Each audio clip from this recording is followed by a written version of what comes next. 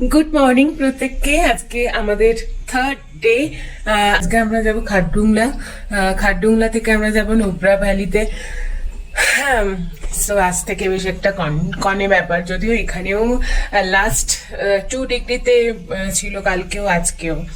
তো ঠিক আছে, রাত্রেতে আমরা যখন ঘুমোতে যাচ্ছিলাম তখন 6 কি 5 এরকম ছিল, যখন আরো একটু ভোরের দিকে 2তে নামছিল। বাট ওখানে তুমুল ঠান্ডা, তো সবাই একটু মানে এখন থেকেই কেঁপে আছে আর কি। এনিওয়েজ, তো চল আজকের দিনটা শুরু করি। এগেন শুভ দশমীর অনেক অনেক শুভেচ্ছা। আমি জানি না এই ব্লগটা ঠিক কবে এসে, হয়তো আবার যখন আমরা লেতে ফিরে আসবো তখন পোস্ট করতে পারবো। আগের ব্লগটাও আমি জানি না হয়তো কবে পোস্ট করতে পারবো। এনিওয়েজ, আপাতত মুহূর্তগুলো তুলে রাখি। তো সব পড়ে যাচ্ছে।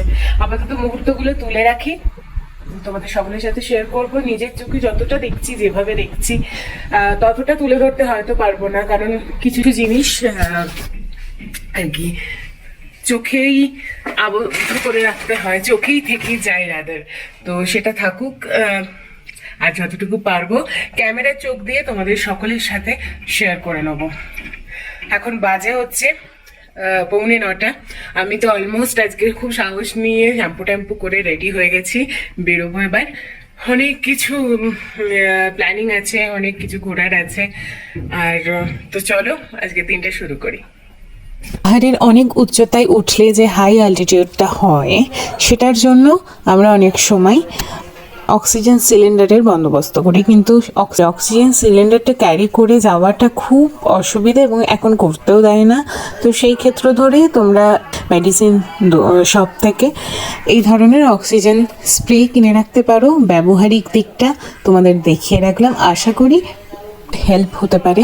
আর অবশ্যই এটা নিয়ে তোমরা এখানেই রেখে দিয়ে যাবে, কারণ এয়ারপোর্টে তো অক্সিজেন স্প্রে ক্যারি করতে দেয় না। সুতরাং অবশ্যই মেডিকেল শপও এটাকে রিটার্ন করে না। তো তোমরা যে হোটেলে থাকবে সেই হোটেলে দিয়ে যেতে পারো, অ্যাজ পার ইয়োর চয়েস। তোমাদের ওখানে রেখেই আসতে হবে। আর হ্যাঁ, চেষ্টা করবো অবশ্যই ঘুরে, মানে যেটা ঘুরছি সেই ভিউগুলো তোমাদের সাথে বেশি বেশি করে শেয়ার করার। আদার্স আমাদের যে অ্যাক্টিভিটি, খুব মানে সেগুলো চেষ্টা করবো একটু এড়িয়ে গিয়েই ভিউটাকে শুধু তোমাদের সঙ্গে শেয়ার করে নিতে। এরকমই প্ল্যানিং আছে, আমাদের মুখগুলো কম দেখিয়ে পরিবেশের, প্রকৃতির মানে যে বিউটিটা সেটা তোমাদের সঙ্গে তুলে ধরার। চলো যাওয়া যাক। আমাদের গাড়ি আসবে 9:30 নাগাদ। আমাদের লাগেজ গোছানো কমপ্লিট। কেউ কেউ রেডি হতে বাকি আছে, টিফিন ব্রেকফাস্ট করবো, দেন বেরিয়ে যাবো। তো আমরা অর্ধেক লাগেজ এখানে এই যে আমাদের হোটেলে রেখে দিয়ে যাচ্ছি, আর কিছুটা সংখ্যক লাগেজ আমরা নিয়ে যাচ্ছি। But we are very much confuse কি নিয়ে যাবো আর কি রেখে যাবো, কারণ আমরা সবাই অলমোস্ট মানে শীতের বস্ত্রই এনেছি। হ্যাঁ, প্ল্যানিং করা আছে, বলে এখানে এটা পরবো সেখানে পরবো। তো যাই হোক, আর কিছু কিছু ব্যাগ যাচ্ছে। যার ইষ্ট দেবতা তাকে স্মরণ করে কামনা করো আমাদের যাত্রাপথ শুভ হোক, সুখকর হোক, সুন্দর হোক, এবং সবাই সুস্থভাবে আবার ফিরে এসো। আর 2-3টে কথা মানে আমাদের দিকদিনদর যে বলে দিলেন, যেটা হচ্ছে খারদুংলা টপে যখন আমরা যাব, আমরা 10 মিনিটের বেশি কেউ ওখানে থাকবো না। বারবার বারণ করে দিলেন উনি যে আগামী ট্যুরটা করার জন্য শরীরে অনেক প্রবলেম হতে পারে, আপনারা ছবি তুলুন, নেবে ছবি তুলে 10 মিনিটের মধ্যে গাড়িতে উঠে পড়ুন। ওকে, তো এটা হচ্ছে প্রাথমিক ব্যাপার। আর যাবার পথে আমাদের ছাজি বললেন যে 2টো আরো স্পট ছোট ছোট পড়বে, যেখানে দাঁড়িয়ে শুধু জাস্ট ছবি তুলে রাস্তায় বাকি সময় নষ্ট না করে তো একদম ডিরেক্ট নুব্রা পৌঁছে যাবো।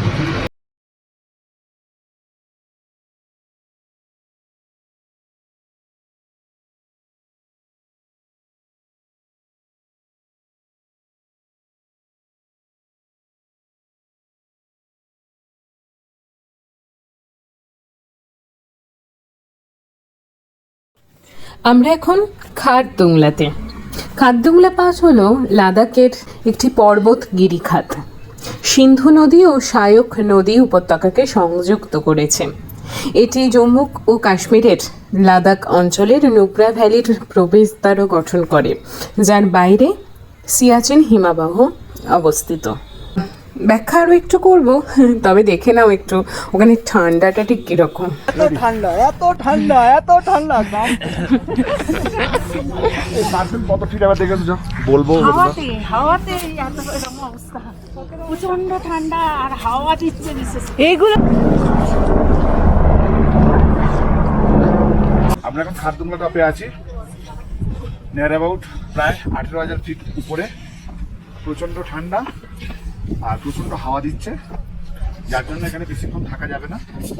আমরা সকলকে বলেছি যত তাড়াতাড়ি সম্ভব একটু ফটো তোলা তো অবশ্যই থাকে, ফটোটা তুলে নিয়ে গাড়িতে অবশ্যই যেতে। আর প্রকৃতির প্রাকৃতিক দৃশ্য মমিতা ঘুরিয়ে আপনাদের দেখাচ্ছে, দেখুন সত্যি সত্যি অভূতপূর্ব, বলার অপেক্ষা রাখে না। সবাইকে বলবো আসুন। আর আমাদের ভাগ্য খুব সুপ্রসন্ন, আমরা আসার 5-7 দিন আগে জানি আমরা এখানে বরফপাত হয়েছে এবং সেই তাজা বরফপাত আমরা দেখতে পাচ্ছি, এবং বাকি দিনগুলো আমরা জানি রৌদ্রোজ্জ্বল থাকবে। তো সেটাই আমরা কামনা করছি, কারণ আমরা চাই না যে আবার ওয়েদার খারাপ হোক বা বরফ আবার পড়ুক। তো প্রচণ্ড ঠান্ডা, আপনারা দেখুন, আশা করি আপনাদেরও ভালো লাগবে। অবশ্যই এটা একটা আমাদের ডেস্টিনেশন, তো সকলেরই তাহলে থাকে নিজস্ব বেড়াতে যাওয়ার বিভিন্ন জায়গা। তো এটা আমাদের স্বপ্নের ডেস্টিনেশন বলতে পারেন ছিল, তো আস্তে আস্তে আমাদের সেটা পূরণ হতে চলেছে। দাদা ভাই অলমোস্ট অনেকটাই বলে দিল। তো আমরা মোটামুটি এখন 18,380 ফিট ওপরে আছি। আর আমি হাত নাড়িয়ে নাড়িয়ে যেটা বলতে চাইছিলাম, সেটা প্রচণ্ড হাওয়াতে শুনতে পাওয়াটা খুব অসম্ভব, তাই আমাকে বলতেই হলো যে ওই যে দূরে একটা ভিউ পয়েন্ট আছে এবং ওখানে আপনারা উঠতেই পারেন, কিন্তু আমরা উঠিনি। আর 1978 সালে এই পাশের মধ্যে দিয়ে একটি মোটরযোগ্য রাস্তা নির্মাণ হয়েছিল। ঠিক 10 বছর পর 1988 সালে সার্বজনীন মোটরযানের জন্য রাস্তাটি খুলে দেওয়া হয়।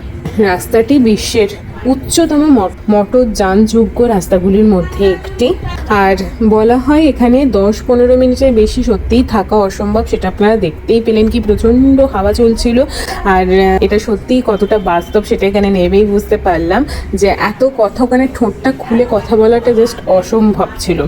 আর আগের দিনে আর্মিদের কথাগুলো বেশি মনে পড়ছিল এখানে দাঁড়িয়ে, যখন তারা সিয়াচেনের গল্প করছিল, -60 ডিগ্রির গল্প করছিলেন, 6 মাসের ট্রেনিং, আর আমরা 10 মিনিট দাঁড়াতে গিয়ে কেঁপে গিয়েছিলাম।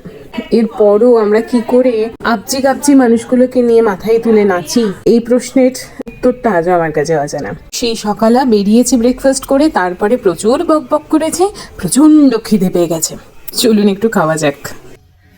তা আমরা এখন নুব্রা যাবার পথে একটা জায়গায় এসেছি।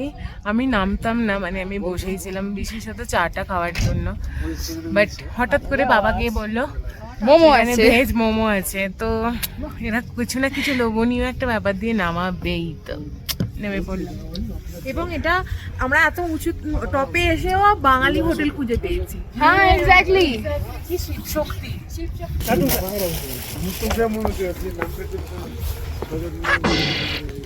আমাদের গরম গরম মোমো চলে এসেছে, আর আছে গরম গরম ম্যাগি।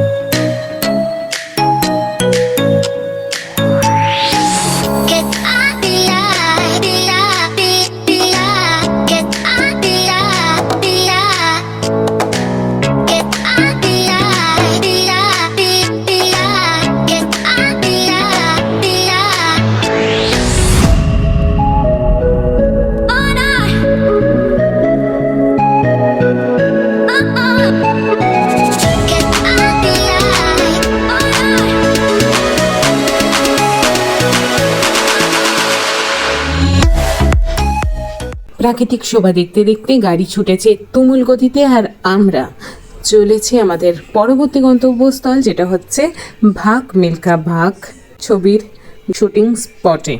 এখানে যেটা হয়, এক তো প্রাকৃতিক শোভা এখানে বেশ সুন্দর, আপনি এনজয় করবেন। আর এটিভি রাইডস হয় এখানে, এটিভি রাইডসটা আপনি অবশ্যই সেই অভিজ্ঞতাটা আপনি লাভ করতে পারেন। দুজনের জন্য 1000 টাকা, টোটাল 4 কিলোমিটার এটা এই রাইডটা হয়। খানিকটা আপনি নিজে রাইড করবেন, আর যে অ্যাডভেঞ্চার প্লেস বলে একটা জায়গা আছে, সেই অ্যাডভেঞ্চার প্লেসটা আপনার পাশে যিনি গাইড থাকবেন তিনি ওইটুকু রাইড করবেন। আর অবশ্যই অ্যাডভেঞ্চার প্লেসটা সেটা হচ্ছে আমার অনুযায়ী, আপনি যদি বলেন পারমিশন দেন যে হ্যাঁ আমি ওই অ্যাডভেঞ্চারটা করতে চাই, তবেই তিনি আপনাকে সেই অভিজ্ঞতার সম্মুখে দাঁড় করাবে। আদারওয়াইজ আপনি যেরকম নিজে রাইড করছেন সেইভাবেই আপনি 4 কিলোমিটার ঘুরে আসতে পারেন। তবে হ্যাঁ, আমি অবশ্যই বলবো যে এখানে যখন যাচ্ছেন একবার এটিভি রাইডসটা, সেই অভিজ্ঞতাটা একবার নিন। আমার মনে হয় আপনাদের নিশ্চয়ই ভালো লাগবে। এদিকে ভাই আর পিপি অলরেডি চলে গেছে, আর এদিকে আমরা দুজন যাবো। খেলতে দুলতে আপাতত আমরা পৌঁছালাম। আর আমাদের পরবর্তী গন্তব্যস্থল ডিস্কিট মনেস্ট্রি, যেটার গল্প দিয়ে আগামীকাল আমার ভিডিও শুরু করব। আশা করি আমার ভিডিওটা আপনাদের ভালো লেগেছে, আপনারা উপভোগ করেছেন। ভালো থাকবেন, সুস্থ থাকবেন। আমরা অলরেডি নুব্রা ভ্যালিতে পৌঁছে গেছি, যেটি আজকে আমাদের রাত্রি যাপনের ঠিকানা। আজকের জন্য টাটা, ভালো থাকুন, প্রত্যেকটা মুহূর্ত উদযাপন করুন, প্রত্যেকটা মুহূর্ত সকলকে নিয়ে বেঁধে বেঁধে থাকুন, কারণ প্রতিটা আগামীকাল অজানা। শুভরাত্রি।